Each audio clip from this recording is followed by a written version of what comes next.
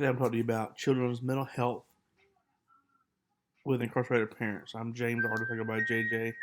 In my group in Capstone II, I was in the group with Jason Butler, Jenna Marshall, Celine McCoon, and Taylor Wilson. A little bit about myself, real quick, before we get started. Uh, Not so much the mental health aspect of what goes on here when people have their parents incarcerated.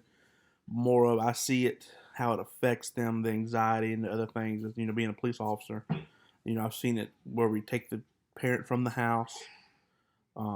Then the afterwards when we're called back for the children when they're acting out, or when we see them out in the community and they're delinquent, and what this leads to down the road. So I have a very in-depth knowledge, I would say, of the effects that it does have on these children as they are out there in society. A little bit of statistical information here. 120 children have a incarcerated parent. 1 in 10 of someone on probation. Approximately 10 million children are being affected by this. We see from the incarcerated, we're from pre-trial, they're in jail, can't make bond.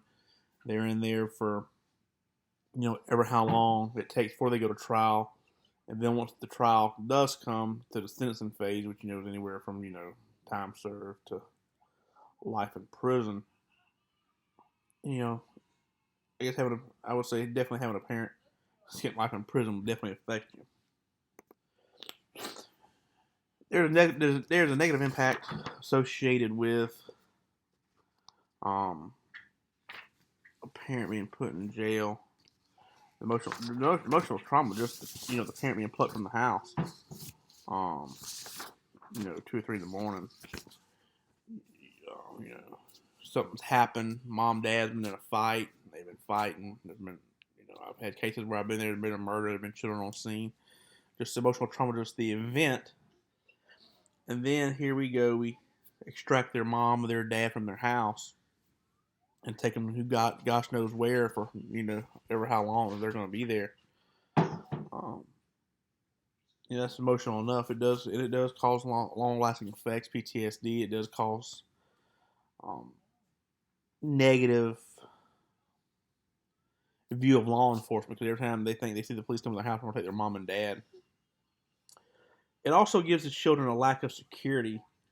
Without the parent being there, they're gone. They're what they know is gone, and their security blanket is gone, and it does lead to more anxiety down the road. Poverty. It might be if it was a domestic violence situation. Dad's the only one working because he's put the mother down so much. Hey, nobody wants you. He controls everything. That what we call the cycle of violence. Excuse me. So there's not a lot of money in the house, so it throws them into poverty. They're going from house to house, part of that residential instability. From friend to friend,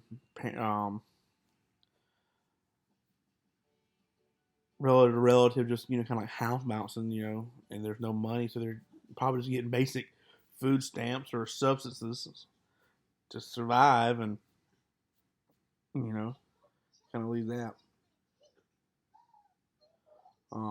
Exposure to violence often, once the father, if they're not married or if they're going away for a while, we see them. They're exposed to situations where to violence, and what I mean by that is they're not in a stable home, and they may be house bouncing or house. They're going to houses that aren't as secure as, I guess you could say, what they had, which probably wasn't that secure to begin with. But maybe the next house they go to, they're staying with a family member who's a drug dealer, and they're seeing, people getting beat up and stuff for drug money, or they're going to another house that's a domestic violence situation. An aunt and uncle, where the aunt beats the uncle, vice versa, which we do see, women on men domestic violence, and they're just exposed to that because I really feel, and that their social economic status also keeps them down, where they cannot rise above what they have going on at times.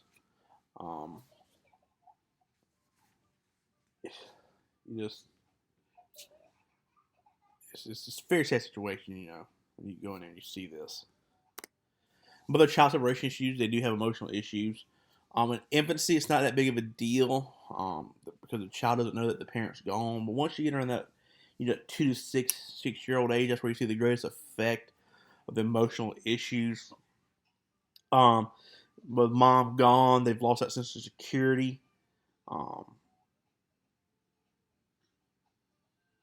and this, like I said, affects those the most because they're looking for that security. They need that from their mother and that bond, and they don't get that bond.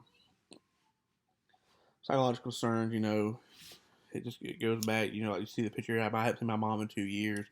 And everyone, even you wonder when you do come home, when your mom's mad, oh, does my mom love me? But it's more greater with this when mama's gone and they don't know for how long. Mother bears, they can't do that bond. Um, they're not able to create that bond with the mothers who are home. Often the children, they don't want nothing to do with their mothers when they do return, or during this time period.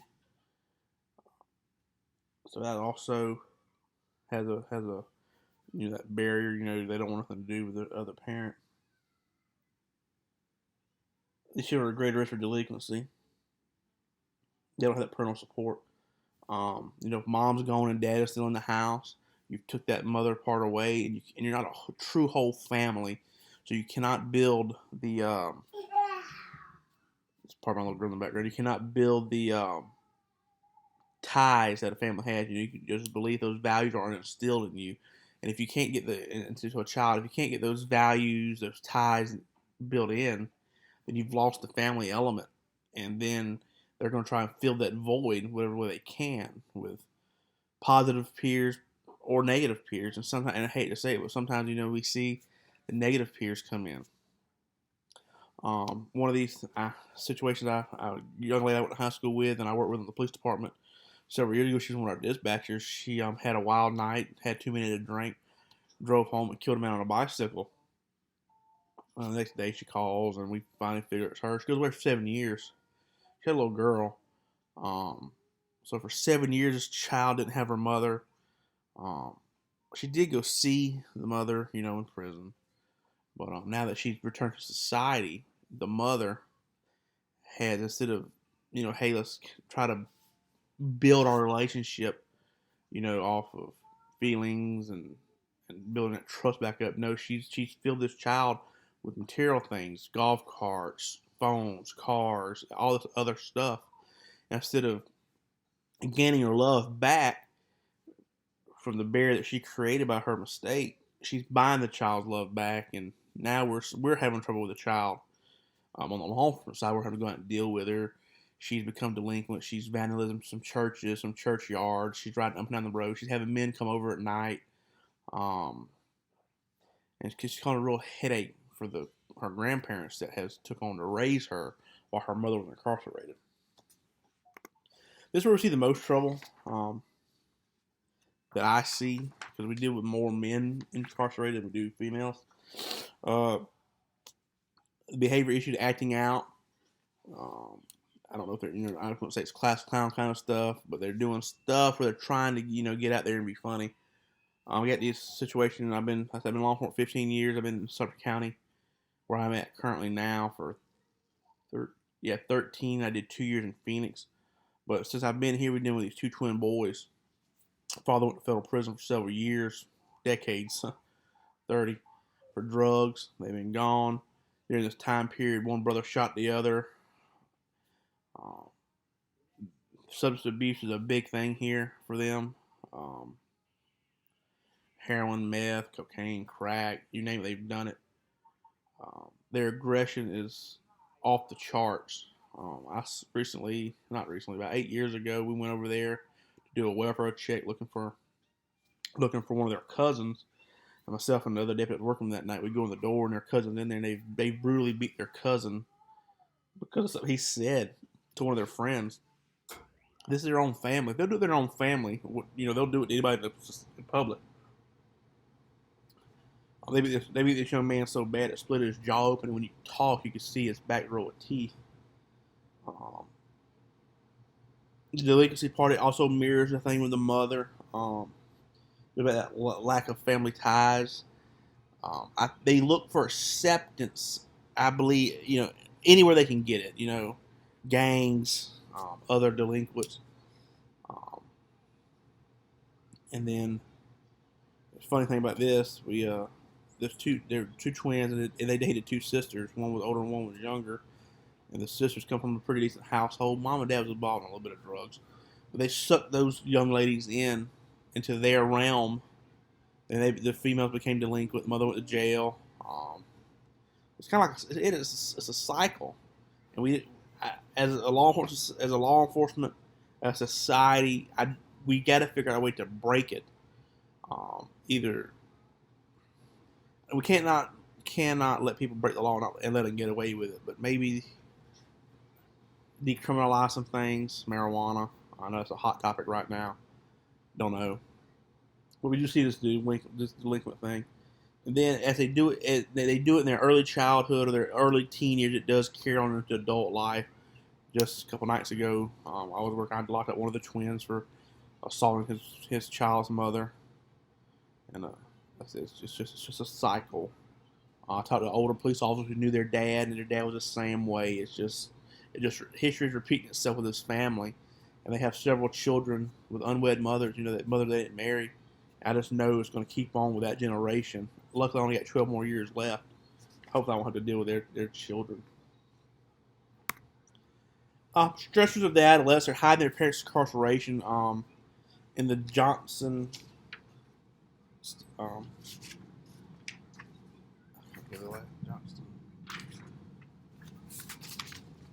Indulgence. An Eastern study. Most children don't want to be associated with their parents being in jail. Say they wish they had a different last name. They can stay there.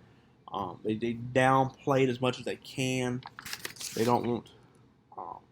It's not a big deal. They're ashamed of it, but and that would probably be something hard to say, hard to deal with, because imagine it's 3 or 4 in the morning, or maybe earlier, later. All these police cars at your house, and ambulances or whatnot, or it's 5 in the morning and a raid team hits the house, and that's very embarrassing to the children. Not only do they have to deal with the stress and all the stuff that comes with the parents being incarcerated, but also having to deal with the embarrassment of the police being there and taking these people out of the home. So they try to downplay it. Another thing is, the younger children at 2 to 9 year old range, they do tend to visit their parents more often while they're incarcerated. Then also, as they get older, the teen years, they kind of, start distancing themselves. They don't want to be a part of it. They stay away. Stay away. They also said their parents are strangers. This is, sometimes this isn't the first time their parents have been to jail.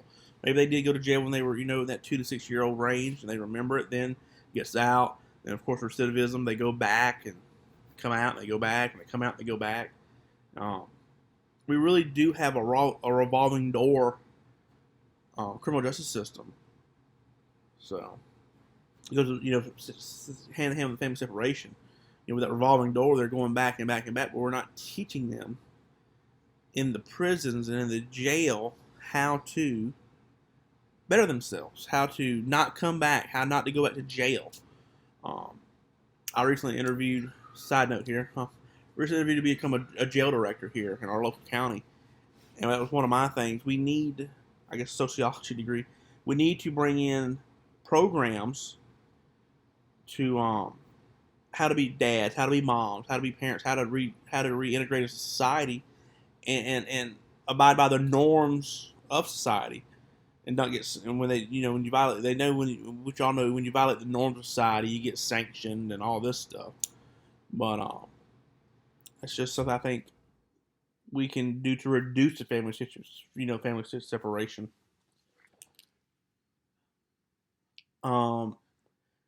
Part of that family separation is when we do come in, or I should say, when law enforcement does come in and they do arrest somebody, there's the parent's not there to have that security there to reassure these children that, hey, it's going to be okay. That security blanket is left, which leads to this anxiety and this anger.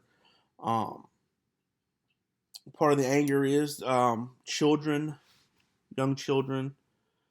Um, the problem is the center of events are centered around them, so they blame themselves. It's my fault my mom went to jail. It's my fault daddy went to jail. Or maybe they might have been the child might have been the one that called 911 when daddy was beating mom up. And if I had to call 911, daddy wouldn't go to jail and he'd still be here. We still have what to them is a normal family. It might not be a normal family to me that mom and dad or husband and wife fight all the time and they assault each other. But that's normal to them. That's their norm. That's their life. Just because it doesn't fit into our morals and our values and our beliefs doesn't make it wrong for them. It's just not how we go. Society has made it, not acceptable to beat your wife and stuff. Part of that anxiety also comes from the lack of security. Um, we all know, especially after 9/11, just even as adults, we didn't have that sense of security we had on September the 10th, 2001. So, we all develop that anxiety. It's the same thing in the house. If you don't have that sense of security, you're going to have that anxiety. Hardships around school increase difficulty learning. They're focused on something else. What's going to happen when they get home? My dad's not there. My mom's not there. Who's going to take care of me? And another part of this is they might only be getting one meal a day, and that one meal might be at the school. And they're wondering, what am I going to eat tonight? Am I going to have to, steal food from here to go home and eat? And then instead of focusing on learning, they're focused on survival. Survival instincts kicked in. Once again, we see the increased aggression. That's all that they're that's how they're letting their feelings out, through aggression. Mental health disorder can be a part of a consequence of the parental incarceration. PTSD, the event of the actual event of them being arrested, is traumatic to these children. They think this might be the first time they've ever had a run-in with law enforcement in the court system. So, they come in, law enforcement, sometimes the call that dispatch gives us is a lot worse than what we experience when we get on scene. So we come in there hard charging and extract the dad or the mom out, send them to jail. We get to go and hook and book, as we call it. And, the kids are like, we don't know what in the world, what just happened. So it creates that PTSD. Then, that's just a normal arrest. And imagine, if it's a search warrant where the guys come in the black pajamas and the helmets and the big raid gear and all this and kick the front door in at 3 a.m. That makes it that much worse. Hardships, you got emotional trauma, poverty, resident insecurity, exposure to violence. We talked about that earlier. This all plays in daily. Some treatment that that we've seen now, and some classes that I've been to. I'm on a crisis intervention team as well for this. In-school counseling. If you cannot get the kids outpatient because of the instability of the home or financial hardships and the poverty, get them to in-school counseling. And here in South Carolina, on our crisis intervention team, we have a counselor that go out to the school 2 or 3 times a week. Right now, it's 3 times a week to meet with children who need this in-school counseling. And they also do the cognitive behavior therapy there as well. They're licensed, so they do that. They get the they can also get them the psychotropic drugs to help their mood and their anxiety and all that stuff and their anger and all this. But if you have for these children, no matter how, just go to school here at 3 to 18 or 19 years old. If they cannot go to, I guess you say outpatient, bring it to the school. We bring it to the school. We take it to them. We want to get them this help and instill what we can in them as values, and a sense of normalcy. Some recommendations that we have seen and that Johnson and Easterly do talk about are some coping skills. Girl Scouts behind bars. That's a real good one. It allows the mom and daughter relationship, Boy Scouts, the father son relationships. Boys Council, talk therapy in a group for boys, same thing for girls. Another thing we see how it's empowered children is getting involved in church groups, sporting events. It gives them a sense of control. And that's something we probably need to get put back in them. That they control these types of situations.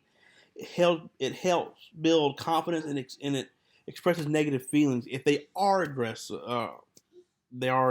have agitation.